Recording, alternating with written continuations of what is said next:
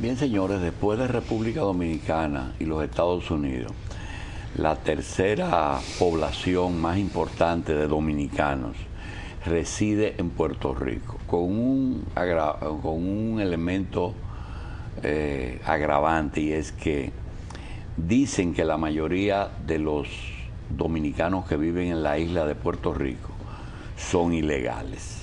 Eso todavía no se ha podido cuantificar, pero se tiene la idea de que es así.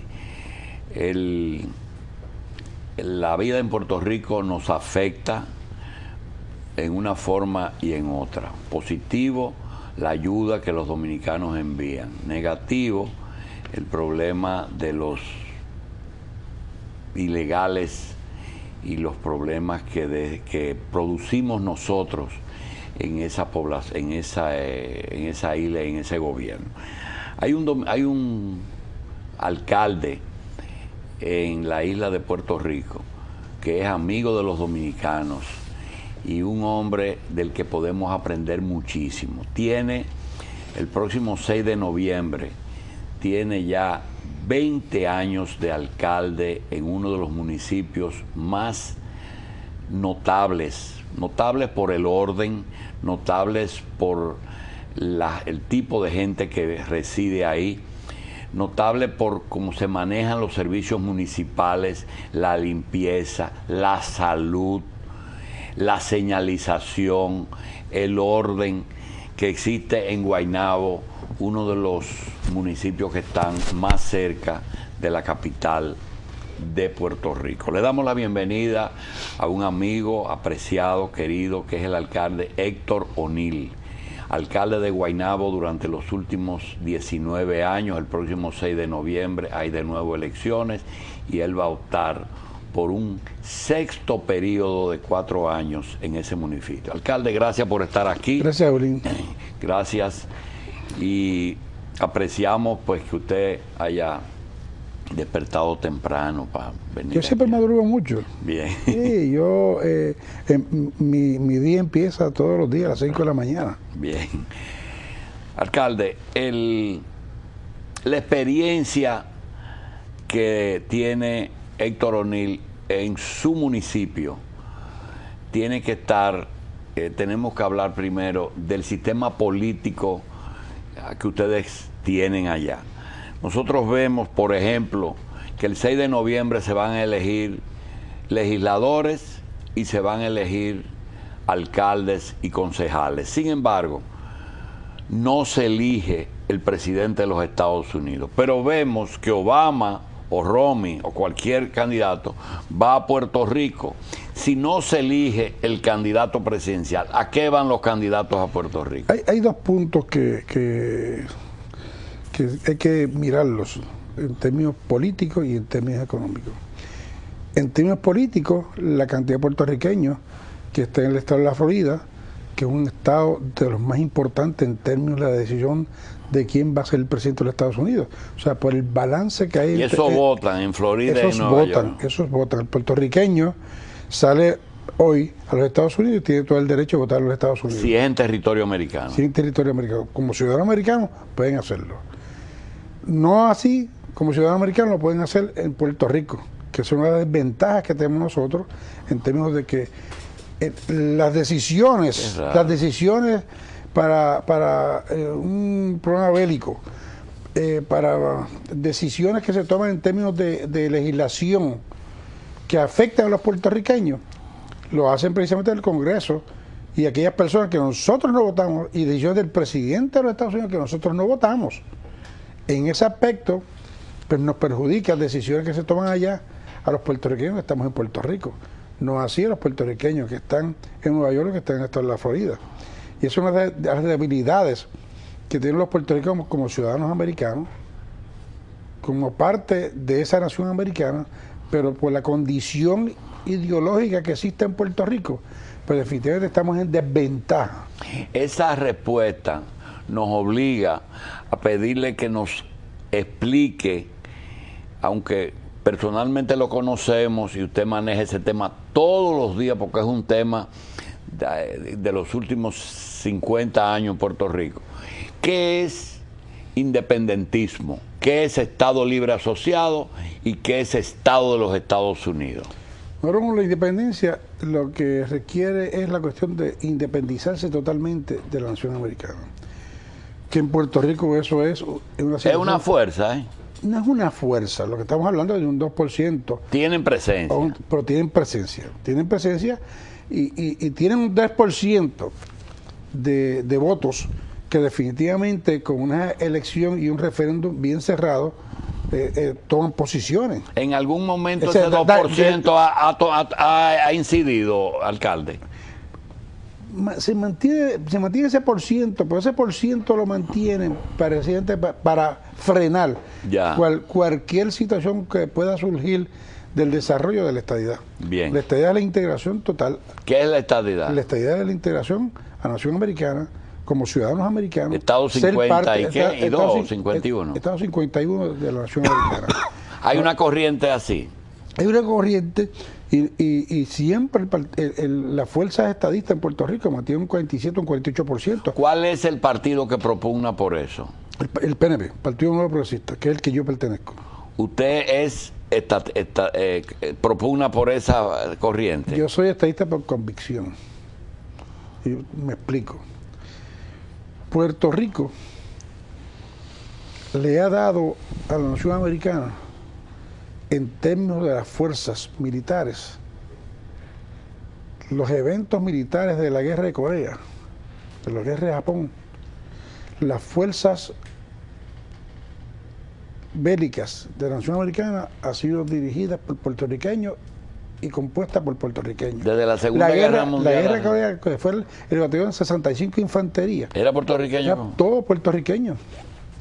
Eran 3.500 hombres puertorriqueños que fueron a defender la democracia y fueron a defender la nación americana, de la cual nosotros somos parte, pero sin embargo no elegimos al presidente de los Estados Unidos. Si son buenos para la guerra, tienen que ser buenos para el gobierno. Claro. Y lo otro, Puerto Rico se ha convertido en un país consumista y se consume a través de la nación americana todos los productos de la nación americana. ¿Por qué? Porque las leyes de cabotaje que aprueban y determina el Congreso de Estados Unidos aplican a Puerto Rico.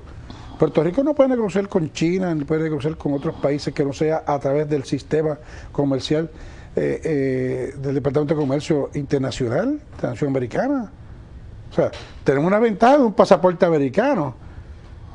Viajamos y nos movemos como cualquier ciudadano americano, pero sin embargo, las prerrogativas que tiene el puertorriqueño de escoger sus candidatos, de participar en un proceso democrático, de elegir a las personas que nos dirigen en cierto aspecto, no la tenemos. Y es cierto que un gobernador de Puerto Rico no puede trazar una política internacional. No. Tampoco. No la puede hacer, tiene que hacerlo a través del Departamento de Estado. Departamento de Estado y el Departamento de Comercio de la Nación Americana. Entonces ustedes lo que luchan es por una igualdad, porque es una independencia mutilada. Bueno, mira. Hay una cuestión que es la siguiente. Nosotros tenemos esas dificultades, pero también tenemos una ventaja dentro de lo que tenemos, que son las ayudas federales. Por ejemplo, 3/4 partes de los costos de manejar un sistema educativo provienen de fondos federales. El desarrollo de viviendas a la gente pobre son de fondos federales. La construcción de carreteras, nosotros estamos recibiendo aproximadamente este año pasado, dentro de todos los municipios, recibimos 560 millones de dólares para el mantenimiento y construcción de carreteras en Puerto Rico, federales. O sea que por una parte nos quitan un derecho que tenemos como ciudadanos americanos, pero sin embargo nos dan. Pero por el otro lado, ¿cuánto no consume de los productos de los Estados Unidos los puertorriqueños? Todo. O sea, no es que no nos dan porque lo quieren dar, es que nosotros estamos aportando a la economía de la nación americana, no solamente en términos... Pero es el término más pobre, el estado más pobre de la Unión, pero el más rico de América. Bueno, es decir, que si usted tienen si fueran independientes, quizás fueran como Jamaica, como República Dominicana, una isla pobre. Una isla pobre y con mucha población sin recursos Por lo menos la República Dominicana tiene unos recursos aquí que tiene minas de cobre, tiene una agricultura productiva. Pero ustedes la quitaron, alcalde. No, que la quitaron. Y además nada más tienen 2 millones de habitantes. No, lo que pasa es lo siguiente, En Puerto Rico es un país que 3/4 partes es montañoso. Llegó el momento en que la mano de obra, en la producción, por ejemplo, de caña, que era un país productivo de caña, llegó el momento que ya tú no tenías la mano de obra y tenías que mecanizar. O traer gente de afuera. Entonces, yo no puedo traer gente de afuera, porque si lo traigo de República Dominicana, o sea, yo no puedo traerle personas de Haití, de África. No lo puedo traer porque tengo que depender de los permisos que me pueda dar el Departamento del Trabajo Federal. Sin embargo, yo no puedo traer gente de un estado de la Nación Americana a cortar el caño en Puerto Rico. O sea, y en esa a recoger café. A recoger café. Y en esa parte, definitivamente, pues llegó el momento en que hubo tanta ayuda para mejorar la educación en Puerto Rico, que los jóvenes se hicieron profesionales por las becas federales y por las ayudas federales para estudiar. Pero ustedes se industrializaron, alcalde, en un momento tenían la mejor industria farmacéutica. Pero eso fue una posición equivocada, un momento del gobierno del Partido Popular de don Luis Muñoz Marín. Don Luis Muñoz Marín empezó, primero, una frase, después de la guerra de Corea, una frase bien importante, manos a la obra. Y lo que hizo fue que con fondos federales empezó a construir casas de Puerto Nuevo, casas para los pobres y para los soldados y las familiares de los soldados, como un incentivo que le dio a los que fueron a la guerra. Pero ¿cuántos murieron por un incentivo de 20 o 30 millones, 20 o 30 mil dólares por una casa, por un techo? Bien, una obra social fenómeno. Pero llegó el momento que la industria de la construcción se paralizó. Entonces vuelve y busca la industria de la aguja. Y empieza entonces, elimina la corporación tabacalera, que se producía mucho tabaco en Puerto Rico, y sustituye entonces el empleo por costurera. Entonces las amas de casa se hicieron costureras, se van a la fábrica, y entonces se queda ¿quién? Desempleado, porque se acabó la construcción, se acabó la agricultura. Entonces el marido se queda en la casa cuidando a los muchachos y la mujer trabajando. En un país como nosotros, latinos, con la cuestión del machismo, desintegró la familia puertorriqueña. Nos dijo de la independencia y nos dijo del Estado. Háblenos del Estado Libre Asociado. Pues mira, Estado Libre Asociado, que no es Estado, no es libre ni es asociado. Lo que es una componenta de 3 frases para llenar la mente del puertorriqueño y figurar como si fuese lo último. En Puerto Rico no existe en ningún lado, el Estado Libre Asociado no existe en ningún lado. No es una salida, alcalde. No es una salida. Oye, el Estado Libre Asociado lo que es un acuerdo, es simplemente un acuerdo por una ley que se estableció en el Congreso, de un acuerdo después del gobierno español, entre Puerto Rico y la nación americana, para que, y frase de don Luis Muñoz Marín, cuando izaron la bandera americana en la fortaleza, hemos izado la bandera americana junto a la puertorriqueña para el desarrollo económico de Puerto Rico, para la educación, ¿ok? Y para mejoramiento de la salud. 3 cosas importantes. Número 1, ¿cómo lo hicieron? La economía, a través de la economía de los Estados Unidos, el dólar americano en Puerto Rico, que nos ayudó muchísimo. La educación, dándole dinero a las escuelas y a los pobres para que pudieran estudiar. Y el desarrollo político, oye, la Constitución de la Nación de los Estados Unidos, tú buscas la Constitución de Puerto Rico, es como si fuese una fotocopia. La Constitución nuestra es casi una fotocopia de la Nación Americana, de la Constitución americana.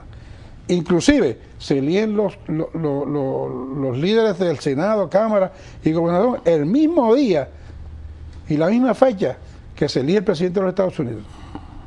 Fue una copia lo que hicieron. Pero luego la ajustaron, únicamente que tenemos todos los derechos constitucionales que tienen los americanos, lo único que no tenemos es la desigualdad. políticas, que no podemos elegir un presidente que toma decisiones por nosotros, que no podemos elegir un congresista y tener a alguien que nos representa ahí en el Congreso, que tiene que tomar decisiones a veces desfavorables para los puertorriqueños, y eso es una desventaja. Lo que yo llamo es un estatus indignable, el estatus social indignable para el puerto puertorriqueño. De hecho, George Bush, y lo terminó el presidente Obama, hicieron un comité para evaluar la cuestión del estatus actual del pueblo puertorriqueño, y determinaron que definitivamente para el desarrollo económico y para que Puerto Rico siguiese adelante en términos políticos, en términos económicos, había que cambiar el sistema político, o se integraban o se separaban.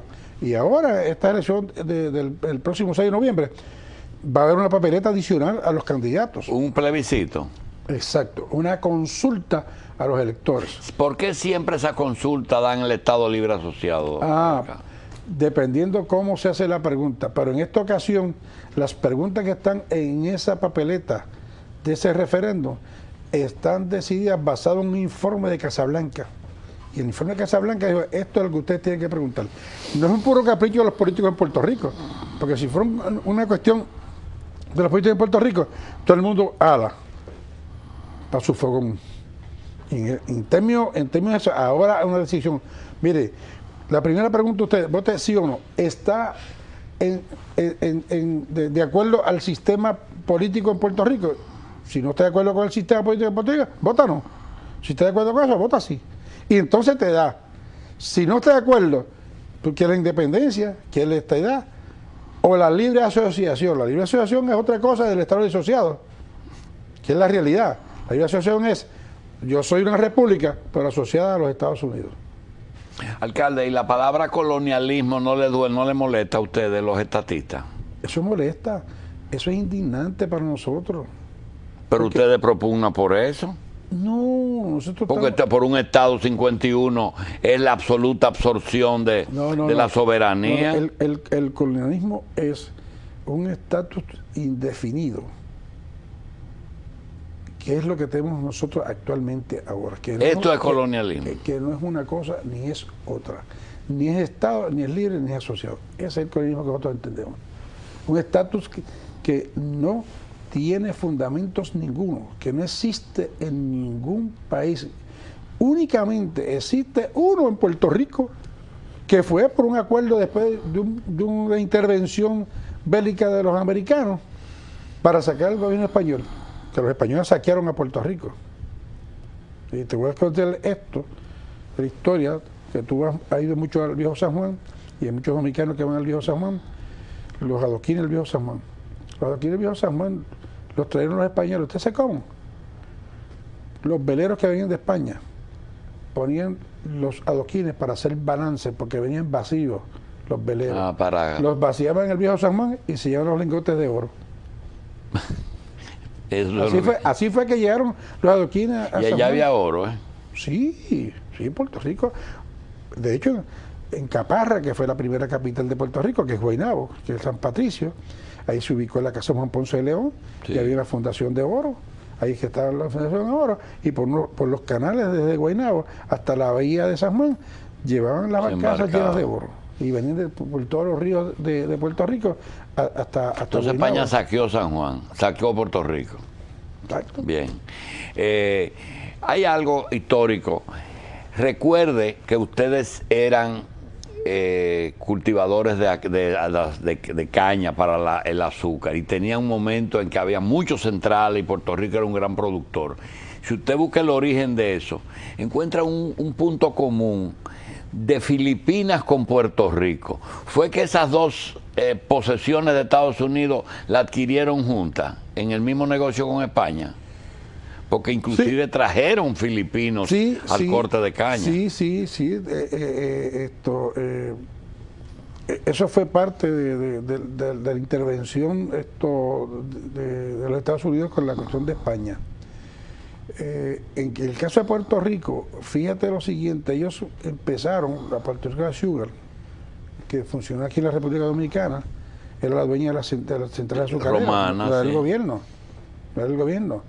Y entonces el gobierno viene y empieza a comprar entonces las compañías azucareras, que fue una decisión muy mala de don Luis Muñoz Marín. El problema es que don Luis Muñoz Marín dice, oye, necesito dinero, dólar americano, voy a aumentar los americanos y las industrias americanas aquí, pero entonces las industrias americanas, pues está bien el problema, quítame la industria del azúcar, dame los terrenos que se cultiva el azúcar y yo monto las empresas farmacéuticas y las empresas en Puerto Rico. Pero eso fue una negociación que basada en que en las ayudas federales. O sea, nosotros lo que hicimos fue una negociación comercial, no política. Si fuese una negociación política, en ese momento Puerto Rico hubiese pedido la estadidad porque hubo una invasión de la nación americana. Bien. Que yo no la culpo, porque la verdad es que había que hacerlo. Había que hacerlo porque los líderes de aquella revolución, Betance, Valdoriotti y de Castro, esas personas se fueron buscando la independencia y ellos ayudaron a la invasión americana siendo independentistas porque para salir de los españoles, bien, que como te dije, saquearon económicamente el país. Bien, vamos a hacer una pausa con el alcalde Héctor O'Neill de Guaynabo, Puerto Rico, y volvemos un momentico con temas que podemos aplicar muy bien aquí.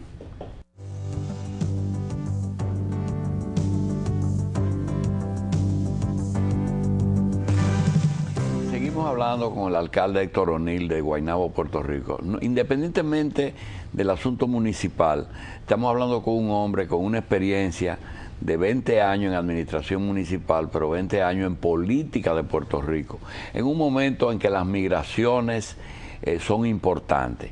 Nosotros, los dominicanos, generalmente donde primero viajamos es a Puerto Rico. Los puertorriqueños, donde primero viajan es a Nueva York y a Orlando, ahora en Florida. Sin embargo, hay un tema que nosotros siempre nos ha cautivado, y es el tema de cómo Puerto Rico, con una presencia cultural anglosajona de Estados Unidos, cómo pueden mantener sus valores tradicionales. Se habla un buen español, los intelectuales son de primera, el arte, es decir, ustedes tienen como dos dimensiones. Una que es la anglosajona, hablan inglés, les enseñan en las escuelas, pero no han perdido su cultura. ¿Cómo se han hecho para, a pesar de todo lo que ha ocurrido, con el estatus político, han podido mantener sus valores y sus raíces?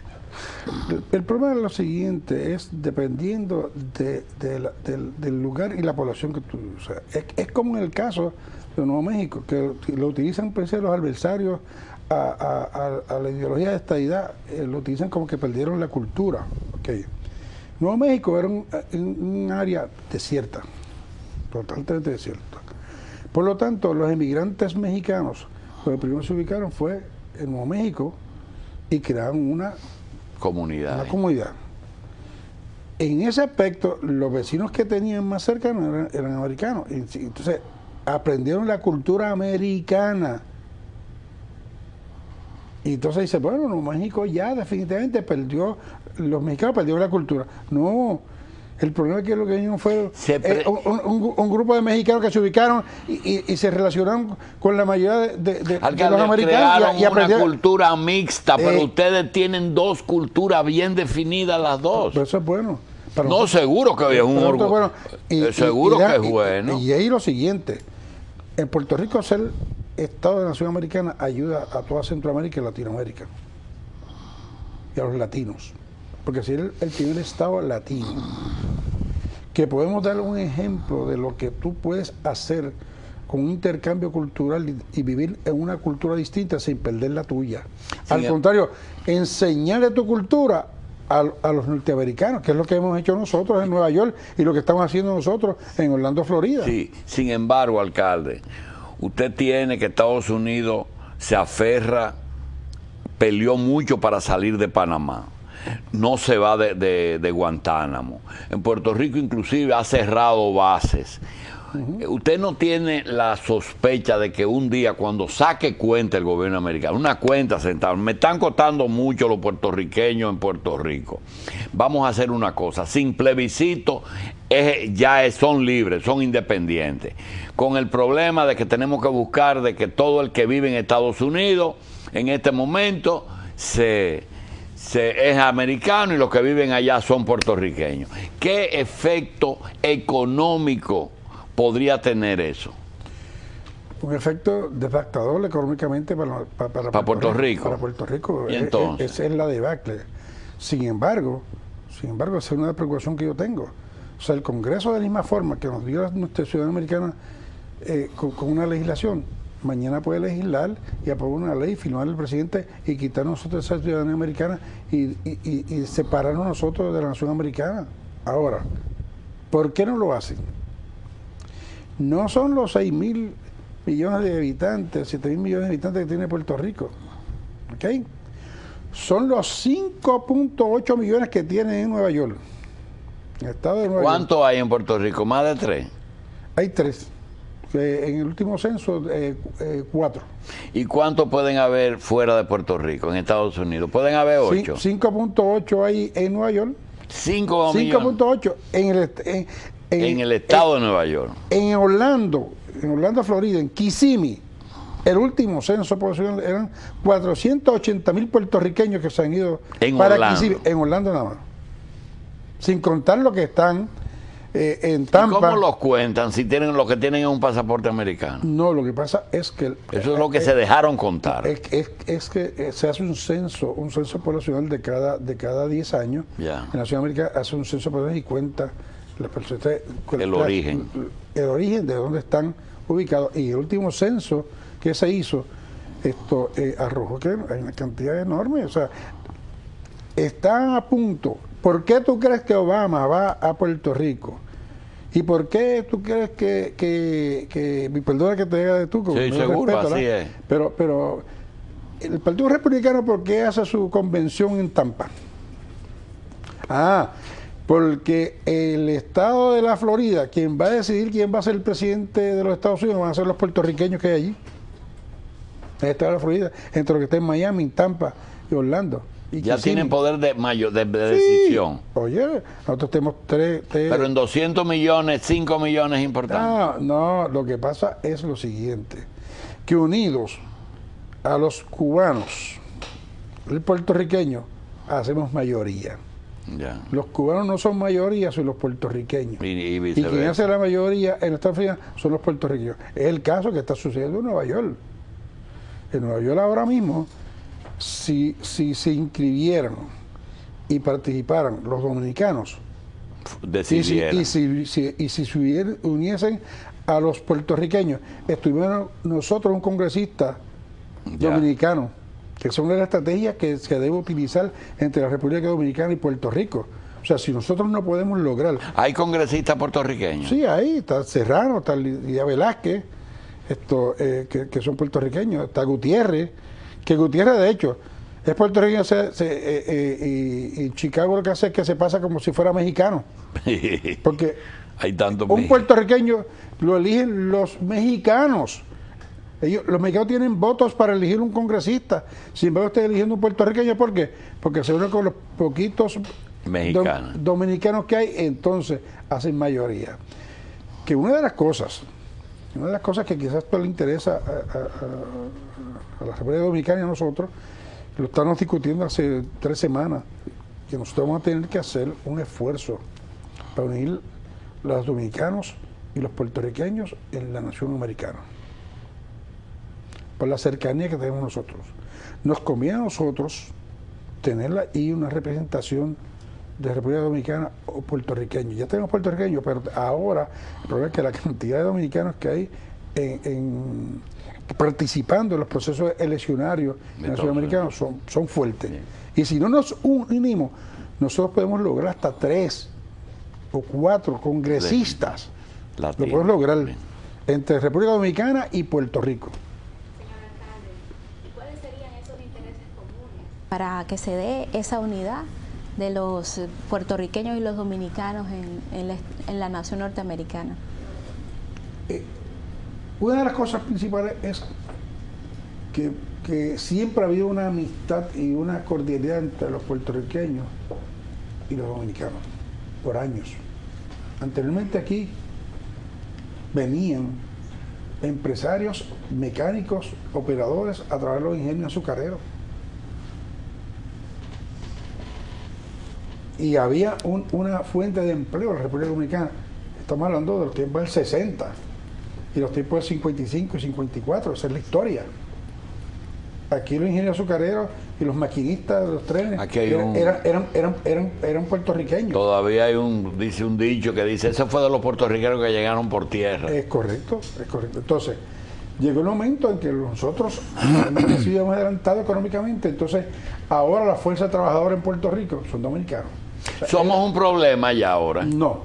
Nosotros molestamos al puertorriqueño. No, fíjate, no. No, ¿y por qué hay tanta te voy a discriminación? decir por qué. Por la situación de que llegó el momento, como te dije ahorita, que los jóvenes puertorriqueños ya tienen... Tú coges un pueblo del más lejano del área metropolitana y encuentras muchos con bachillerato o abogados o contables. ¿Por qué? Porque los mecanismos para estudio te dan la fuente y te dan todos los recursos para tú estudiar. Y el hijo del pobre más pobre que puede existir en Puerto Rico estudió. Pero ¿qué sucede? Que ese que estudió un bachillerato, yo a recoger café, no voy a ir. No va a recoger. A que me piquen las avispas. No. O sea, no va a ir. Entonces llegó el momento que esa mano de obra que nosotros estamos en Puerto Rico son dominicanos. ¿Esa gente estudia en español o en inglés? Ese que se hace abogado. En ambas. ¿Y por qué no se van a ejercer a Nueva York? Y se quedan en la isla. Ese es un problema. Cuando surge la situación económica en Puerto Rico, ha ido una cantidad de profesionales en ido a Puerto Rico porque la situación económica no está bien, entonces se van a experimentar en los Estados Unidos. Ese es el caso precisamente de la cantidad de puertorriqueños que ha aumentado el estado de la Florida en Kissimmee, ¿okay? Que se han ido. En Colorado ha aumentado una población de puertorriqueños bastante grande y profesionales, principalmente médicos. ¿Por qué los estatistas son republicanos? Los taxistas en Puerto Rico. Porque ustedes a veces critican los subsidios. Ese es uno que el Estado lo mantiene y critican mucho los tickets de comida y prefieren otro tipo de ayuda social y no esa manutención a la mamá que tiene hijos ilegales, Lo que pasa es, mientras tú das una mantención, tú no te preocupas por producir. Si tú te lo dan todo, para que entonces yo haga un esfuerzo. Nosotros criticamos eso. Nosotros queremos que ese sistema se cambie, en vez de un cheque, darle empleo. Antes la nación americana venía, la fábrica, antes de una fábrica, le traían la ropa ya cortada y le ponían una máquina al ama de casa en la casa y ella hacía 4 Era como 5, una zona franca en la casa. En la casa. Y se quedaba el dinero en su casa, cuidaba a sus niños y se quedaba el dinero en la casa y le pagaban una mensualidad. Pero eso, al construir la fábrica, entonces la ama de casa, que puede hacer los quehaceres de la casa, cuidar a sus niños y tiene una fuente de ingresos. Eso se acabó. Usted asumió el cargo en el 1993. ¿Cuál es la fórmula para durar tantos años y todavía tener algunos argumentos novedosos para postularse nuevamente? 2 cosas fundamentales. Tener los pies sobre la tierra siempre. Si tú no tienes los pies sobre la tierra, esto no va para ningún lado, porque cuando tú te elevas en las posiciones, esto no tienes visión de qué es lo que está sucediendo. ¿Qué cantidad de...? Hay un dicho que mi padre me decía a mí: si tú vas por un camino y un ciego y te habla, escúchalo, porque aquel que no ve, su mente corre mucho más lejos que aquel que puede ver. Y si es cojo y te habla, escúchalo, ¿ok? Porque aquel que no puede caminar, sus ojos ven mucho más allá que el que tú puedes hacer. Y esas son 2 cosas fundamentales.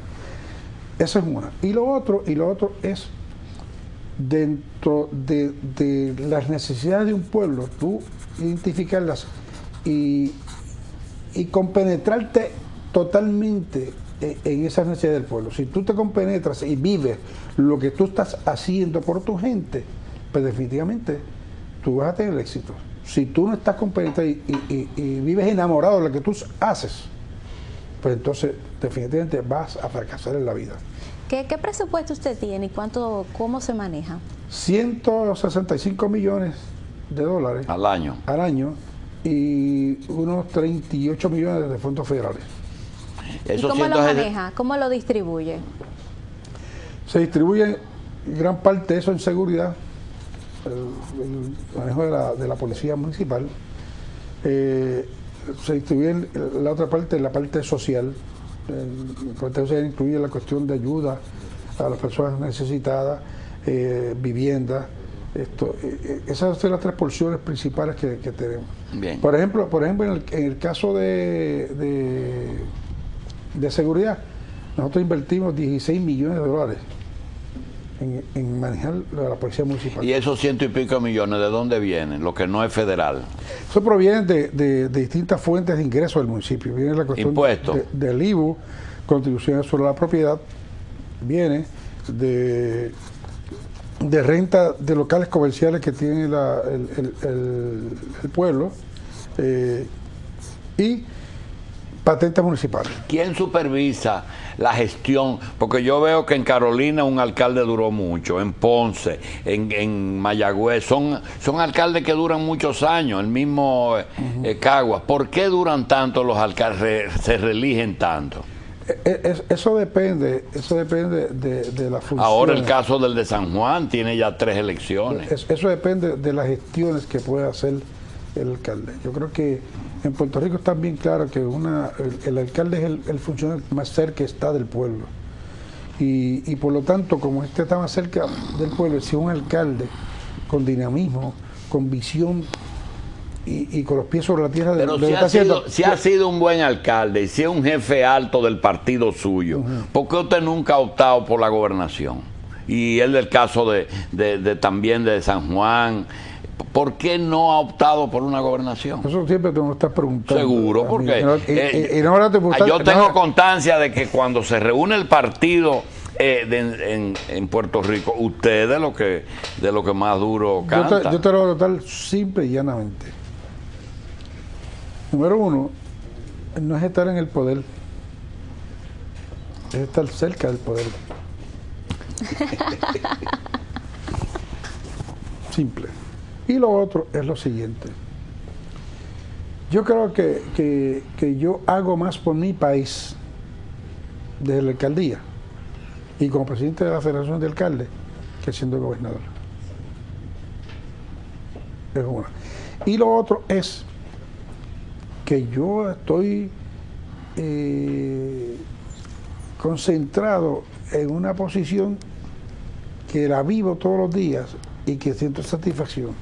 Y nunca ni he pensado en eso, ni pensar en eso. ¿Por qué? Porque estoy ajustado a mi forma de pensar. ¿Quién vigila la administración, la gerencia de esos fondos? ¿Qué organismo es que chequea, por ejemplo, esos 200 millones que usted maneja, cómo se usan? La Asamblea Municipal, la Legislatura Municipal. La Legislatura Municipal es la que fiscaliza. Dice la sala capitular. Es correcto. Y a esa organización municipal completa, ¿quién la vigila? ¿Quién la audita? El pueblo. No digo, no hay un organismo allá, una cámara de cuentas. No. Ahí, o sea, la oficina del Contralor de Puerto Rico. La oficina, esos son los más fiscalizados.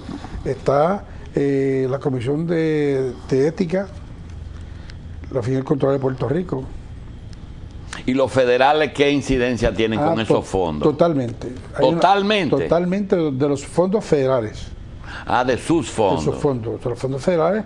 Está el HOT, que es una agencia federal que existe en Puerto Rico, que es donde llegan los fondos, y esa agencia distribuye los fondos a los municipios, pero está auditada inclusive por las auditorías federales. Denos algún ejemplo de fondos federales, ¿para qué se usan? Se usan para infraestructura, fondos para infraestructura, para por ejemplo, carreteras, alcantarillado. Bien. Y tiene que ser exclusivamente en áreas de escasos recursos económicos. La infraestructura tiene que ser no puede ser para áreas de buenos recursos económicos, sino de escasos recursos económicos. Bien. Situaciones ambientales que existen en comunidades. Medio ambiente. Y si usted esos fondos para esas señor áreas. alcalde, ¿y la recogida de basura? ¿Usted tiene sus equipos o contrató una compañía? No, yo tengo mi propio equipo. No, por lo regular en Puerto Rico se ha cogido la modalidad de privatizar la empresa privada. Sí. San Juan, Carolina, que son Cagua, Gurabo, Bayamón, Toa Baja, Cataño, que son los pueblos cercanos al mío, todos han privatizado. Yo no privaticé. Bien. No voy a ver por qué. Porque es una fuente de empleo a las personas de escasos recursos económicos que no han podido estudiar o que estudiaron un cuarto año. ¿Ok?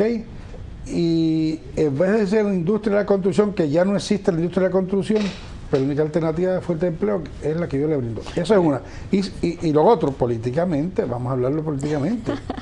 Pues hay que dar la clave de todo esto. Si yo tengo un empleado mío que te visita 2 veces en semana a un residente, ese es mi portavoz. Claro. Esa es la clave de mantenerse 20 años. Señora, hay otra cosa, no solamente es un propulsor de que Puerto Rico sea Estado de los Estados Unidos, no es solamente un alcalde de 20 años en el cargo, es quizás uno de los puertorriqueños, autoridades que mejor conoce la seguridad social y sobre todo en el asunto de las atenciones médicas. De eso vamos a hablar después de la pausa. Vamos a ver cómo el alcalde O'Neill nos ayuda a que en 10 minutos nosotros podamos tratar 3 temas. El tema de la seguridad social, el tema de cómo funciona la justicia y el poder legislativo en Puerto Rico, y el tema de la seguridad ciudadana y los fondos federales allá. El tema de la seguridad social parece ser que en todas partes del mundo, en el mundo entero, están teniendo problemas porque los fondos son insuficientes y parece que los actores de la seguridad social, médicos, ofertadores de servicio, pacientes, gobierno, conspiran contra el sistema y no lo hacen viable. ¿Es así, alcalde? Es así, es así. El problema es que en términos de la salud se convirtió en un negocio, no en un problema social de un país. O sea, lo básico de un país es la educación y la salud. Eso es lo básico. Si tú no tienes educación y no tienes salud, no vas para ningún lado. Y llegó el momento entonces que para buscar desbaratar costos al sistema de salud, privatizaron los sistemas. Entonces convirtieron una cuestión de servicio de salud en un negocio. Y entonces entraron comerciantes que no son médicos, que no son nada, a controlar precisamente los intermediarios. Los intermediarios y las compañías de seguro. Y llegó el momento entonces que el médico dijo, oye, yo que estudié, que tengo el riesgo de cualquier demanda, me voy a quedar aquí para que tú me digas a mí qué es lo que yo tengo que hacer por el hecho de que tú tienes un negocio con esto y quieres ganar dinero. Y me vas a decir a mí qué es lo que yo tengo que recetar a ese paciente. No, yo me voy de aquí, de este país. Y se han ido los médicos. Entonces, bueno, gracias a Dios que por lo menos de la República Dominicana han ido un sinnúmero de médicos. De hecho, o sea que yo tengo 10 médicos dominicanos que son los que estaban en el sistema mío, que son buenísimos. ¿Ustedes le pagan la seguridad social a los empleados o tienen algunos ciudadanos también bajo el régimen de seguridad social? No, tenemos, con el sistema de salud tenemos unos 18.000, ahora tenemos 18.800 vidas. Y esos son de gente de escasos recursos económicos. ¿Vidas son los empleados y sus familiares? No, las vidas son la cantidad de pacientes médicos indigentes que existen en mi población. Que nosotros le pagamos todo el sistema completo. No empleados. No son empleados. Los empleados se tratan totalmente distintos. Un seguro de salud privado. Entonces usted tiene gente que califica como pobres de solemnidad que reciben el seguro. Correcto. Tiene 18.000. 18.800 vidas. ¿Y cuántos empleados? Yo tengo 3.500 empleados. Es decir, que usted tiene más de 20.000 personas bajo el régimen de seguridad social. Más o menos. Bien, ¿esa gente usted la manda a centros o usted le da la atención? No, en el caso de los empleados, nosotros le pagamos el plan médico al empleado y contratamos una compañía de seguros de salud y esa compañía de seguros de salud nosotros la pagamos y ellos se encargan de hacerla. Y el caso de los médicos y gente, nosotros damos los servicios en la facilidad nuestra. Y tienen muchas facilidades, muchos centros médicos. Sí, ahora tenemos 3 funcionando. El principal... ¿Qué ofrecen? ¿Atención primaria solamente? Nosotros ahora estamos haciendo todo tipo de tecnología de imágenes, lo estamos haciendo completo nosotros, laboratorio lo estamos haciendo también. Estamos haciendo operaciones simples. ¿Cuántos habitantes tiene el Guaynabo? 135.000 habitantes. 135. ¿Cuál es el nivel económico? ¿El más alto de Puerto Rico? Bueno, ¿Los ricos viven en Guaynabo? Más o menos. Dicen así. Eso es lo que parece. Eso es lo que dicen, ¿verdad? Bien. No es que el alcalde sea rico, ¿sabes? Bien. Pero, ¿usted prevé que el sistema va a mejorar o va a empeorar, el sistema de salud? Mira, el problema es que se ha dejado tanto y tanto correr que ya lo que comenzamos tenemos que soportarlo hasta que podamos económicamente. Yo vislumbro, y esto yo soy un crítico de esto desde un principio, vislumbro de que esto va a llegar el momento en que no se va a soportar y hay que buscar cómo cambiar el sistema. Ya de hecho, ACES, que es la que regula el sistema de salud de los médicos indigentes a nivel central, ya está haciendo negociaciones con algunos municipios, porque se enmendó la ley para que pudiesen hacerse unas negociaciones con algunos municipios que tuviesen facilidades y que tuviesen el poder económico para desbaratar costos. Ya nosotros no tenemos el intermediario, ya nosotros negociamos directamente con ACES, eliminamos el intermediario y eso nos está haciendo mucho más económico. Y si usted piensa así con respecto a las privatizaciones, que es una tendencia contraria a las corrientes políticas que usted representa, ¿por qué usted es tan duro, por ejemplo, con Luis Muñoz Marín y tan flexible con Luis Ferré? Si aquí lo vemos desde aquí como un buen estadista que hizo lo que pudo y al otro como un entreguista. Bueno, lo que pasa es lo siguiente. Son momentos muy distintos, bien distintos. Don Luis Muñoz Marín tuvo la oportunidad de tomar una decisión en cuanto a la cuestión ideológica del pueblo puertorriqueño. Don Luis Muñoz Marín entró a la gobernación con la bandera puertorriqueña, la bandera independentista en las manos. Y cambió el Partido Independentista era el segundo partido de poder en Puerto Rico. El segundo. Nada más habían 2. No, y el Partido Socialista, el Partido Socialista y el Partido Liberal, en 4 partidos. Pero al fin y al cabo, cuando empezó a recibir, cambió de parecer. Entonces, nos metimos perdona con el mayor respeto al sistema mío, ¿verdad? Pero el embeleco de Estado asociado. O sea que nosotros ahora mismo estamos a merced del Congreso de Estados Unidos. Si el Congreso de Estados Unidos quiere cuadrar su presupuesto y dice, los puertorriqueños me están costando mucho, me están costando demasiado, vamos entonces a crear esto. Punto. Independencia. Le quitamos todo. De hecho, los fondos federales han ido cortando. Entonces usted está preocupado porque ellos lo suelten, ¿verdad? A nosotros en los últimos 8 años nos cortaron el 40% de los fondos que yo recibía. ¿Qué pasó con el fondo ese de la ley 60, la protección industrial que creció tanto en Puerto Rico que lo quitó Rosselló? No, lo quitó Carlos Romulo Barceló. ¿Cómo se llama? La 936. La 936. No, pero el problema es el siguiente. El problema es los industriales norteamericanos establecían su fábrica en Puerto Rico. El caso la Levi, ese es el caso específico. Levi tenía 4 industrias haciendo maones en Puerto Rico, ¿ok? Entonces en Texas tenía 2 y la 936 entonces le da todos los incentivos de contribución, no pagan un centavo, vamos a crear empleo, no pagan ni luz ni agua, todo gratis en Puerto Rico. ¿Para qué? Para crear empleo. Al fin y al cabo, empezaron creando empleo y después entonces siguieron eliminando empleo. Entonces las ganancias se las llevaban a los Estados Unidos. Entonces las pérdidas y las ganancias que tenían allá se las cargaban a la industria de acá. Están evadiendo contribuciones federales. ¿Ok? El hueso era de Puerto Rico y la masa se iba. Claro. Y llegó el momento en que entonces se eliminó, que la 936 es solamente un artículo del Código de Rentas Federal que habla de 96, son 2 parrafitos pequeñitos, que fue lo que se eliminó del Código de Renta Federal. Eso, pues entonces, se empezaron entonces a pagar impuestos en Puerto Rico, que no están pagando. ¿Por qué? Porque tiene todos los incentivos y después los incentivos no me están creando empleo. El desempleo aumentó. El desempleo. Entonces, ¿dónde estamos ubicados ahora? ¿En Vietnam?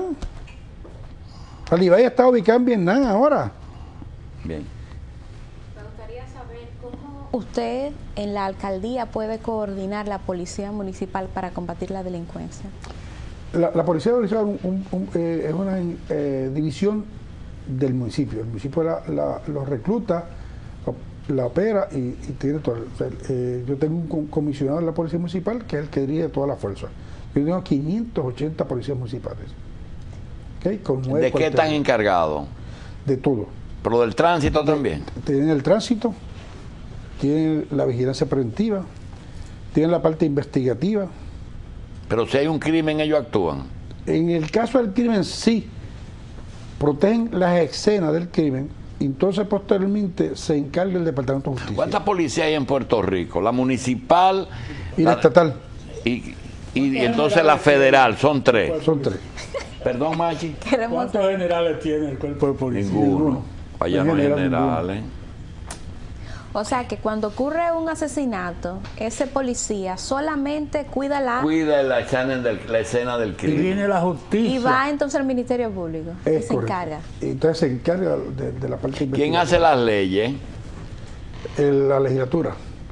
Cámara y Sí. Senado. Ustedes tienen un Senado local. No. Bueno, Tienen un Congreso puertorriqueño. Sí, lo existe, que es el Senado y la Cámara. Y tienen esas leyes que estar acorde con las leyes de Estados Unidos para no contradecirlas. No, pero dentro de la Constitución hay una cláusula de la Constitución. ¿La que Constitución no de puede- dónde?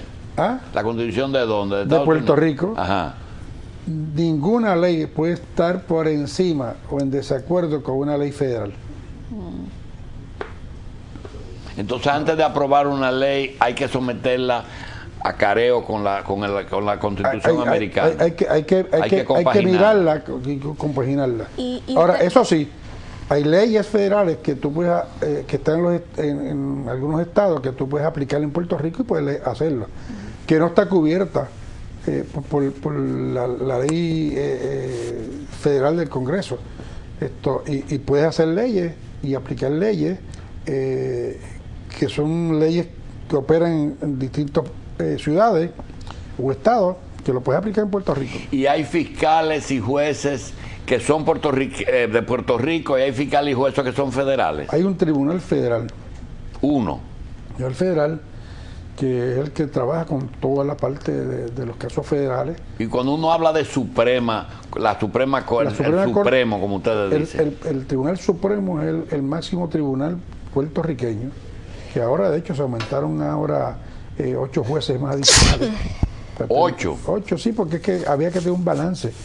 Porque ¿Y el federal cuánto tiene? el federal no sé exactamente cuánto tiene, pero el federal aproximadamente tiene la sala del Viejo San Juan y tiene un nuevo edificio. ¿Y cuáles son los casos federales y los casos? Los casos federales son aquellas personas que violan leyes federales, las leyes de cabotaje, el tráfico ilegal de drogas. Ahora hay un acuerdo entre Puerto Rico y el gobierno federal del tráfico ilegal de drogas con la DEA, el Interpol, que opera en Puerto Rico. Por ejemplo, un asesinato de automóvil, de carro a carro, o un carjacking, se conceptúa un delito federal basado en un acuerdo con las leyes y el Departamento de Justicia de Puerto Rico. O sea, intercambian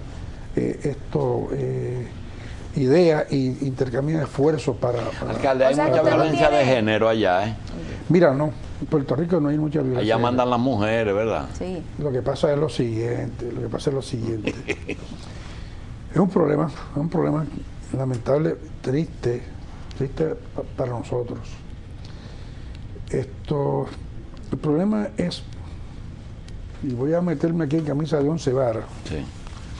pero te voy a decir, cuando paró la ley de violencia doméstica, yo era senador. En 4 años yo tuve una ausencia en el Senado de Puerto Rico, en 4 años. Y ese día aprobaron eso. Ese día. No porque no estuviera en contra, yo creo que había que legislar. El problema es que la ley es muy peligrosa. Por ejemplo, hace como 5 años atrás, recibo una carta de un confinado. Yo ni sé quién era, bueno, lo fuera a ver y voy, saco permiso, voy a verlo, que está en la cárcel regional de Bayamón. Lo habían trasladado al día antes a Mayagüez y pues cogí un fin de semana y fui a Mayagüez. Muchacho joven, 28 años, que fue este empleado mío que yo no lo sabía, no me acordaba de él ni nada, 28 años. Pues mira, cogió a la esposa y le metió 4 batazos.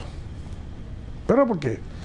Se divorció porque era un problema continuamente. Entonces, él está viviendo con su mamá. Se mete ella, le da a la mamá del muchacho, la golpea a la mamá, y por la rebeldía de golpear a su mamá, va y da 4 cantazos. No la mató, pero la mutiló. ¿Ok? 30 años de cárcel automáticamente. 30 años de cárcel. Sin embargo, tú coges a una persona, la mata, ¿ok? La mata y puedes coger una por otra y si tiene el récord limpio. Porque lo considera como asesinato, no como violencia doméstica. Ah. ¿Qué es lo que está sucediendo? ¿A usted le parece que la violencia doméstica tiene más penas que cualquier otro? Las tiene. Entonces, y esto es peligroso y lo puede interpretar de una forma distinta, pero déjame decirte lo siguiente. Si tú sabes que vas a coger la cárcel por darle un empujón a tu mujer, ¿ok? Y vas a coger 10 o 15 años, pues que te digo, bueno, tengo la oportunidad de salir entonces en probatoria porque mi récord está limpio. La mato y es un asesinato. Bien. Para terminar, un minuto, alcalde. Un minuto. ¿El narcotráfico ha permeado la política de Puerto Rico? Mira, no ha sucedido. Yo creo que no se involucra en los partidos políticos esto en la cuestión del narcotráfico. No, ni los fondos tampoco, no se nutren ni los fondos. Podría haber algunos casos aislados que se comentan que en esta campaña, de hecho, se están comentando 2 casos específicamente de un compañero alcalde que está corriendo para senador, no es de mi partido, pero en ese caso nunca, por lo menos, ha habido convicción o prueba contundente de que esto está sucediendo. Por lo menos no lo hay. Bien, señores, se nos acabó el tiempo y los temas no se terminaron. Ojalá que algún día podamos tener la oportunidad de que en una visita de esa que nos hace el alcalde Héctor O'Neill de Guaynabo, Puerto Rico, pues esté de nuevo